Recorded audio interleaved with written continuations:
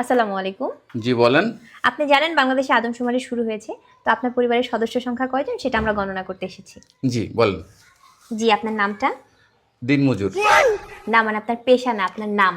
আমার নামই দিনমজুর। আপনি কি বিবাহিত? জি। কয় বছর হচ্ছে বিয়ে করেছেন? 1 বছর। আপনার কি বাচ্চা আছে? জি 2 জন। মানে আমি 2 বিয়ে করেছি। ও আচ্ছা। আপনার স্ত্রীর নাম? ছোট জন না বড় জন? বড়জন? কেয়ামত।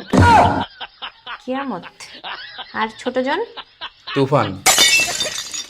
ও তুফান। আপনার সন্তানের নাম? ছোট জনেরটা না বড় জনেরটা?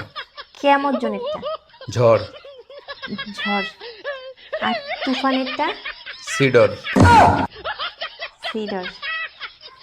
জি, আপনার মূল্যবান সময় দেওয়ার জন্য আপনাকে ধন্যবাদ। আর লাগবে না? না না না